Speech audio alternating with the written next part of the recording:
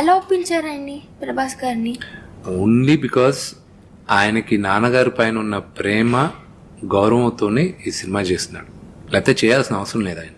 అంటే బాలీవుడ్ లో టాలీవుడ్ లో టాక్ ఏంటంటే సగం బడ్జెట్ ప్రభాస్ గారి పైన మొత్తం అయిపోయింది అని.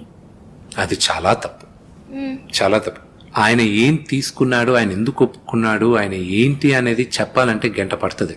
దాని గురించి నేను చెప్పాలి, అది డెడికేటెడ్గా నేను ఇలా ఇంటర్వ్యూస్లో కాదు, స్టేజ్ పైన చెప్పాలి. అక్షయ్ కుమార్ సార్ గారు చాలా ప్రాంక్ చేస్తూ ఉంటారు సెట్ పైన, అలా కన్నప్ప సెట్లుగా చేశారా? ఆయనకి ప్రాంక్ చేసే టైం ఇవ్వలా నేను. ఆయనకి షూటింగ్ అయిపోయిన తర్వాత మా నాన్న దగ్గర కంప్లైంట్ చేసింది ఆయన, నీ బ్లెస్సింగ్స్ కావాలి విష్ణుకి అంటే, ఏం బ్లెస్సింగ్స్ అండి, ఇతను నన్ను బెండిప్పాడు ఈ 5-6 రోజులని ఆయన. బికాజ్ నాతో ఆయనకి మాకు సీన్స్ ఉన్నప్పటికీను నాకేంటంటే ఒక 15 days 12 to 15 days వర్క్ నేను 6 daysలో నేను చేయగలగాలి, 6 to 7 daysలో నాకు ఆ టైం ఫ్రేమ్ ఉన్నింది. ఇంక దానిపై నాకు డేట్స్ లేవు.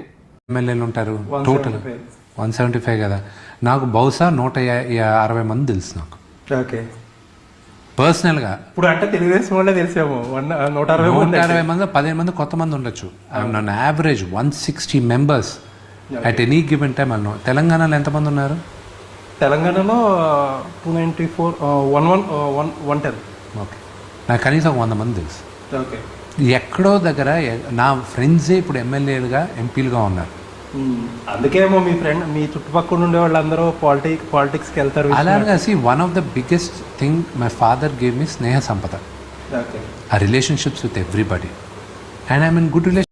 చుట్టుపక్కల ఉన్న 20-30 మంది మన గురించి ఏమనుకుంటున్నారో మనం అనుకుంటూ జీవితాన్ని సాగించామనుకోండి, జీవితం సంక్రాంతిపోద్ది. ఆడేమనుకుంటాడో మనకెందుకు?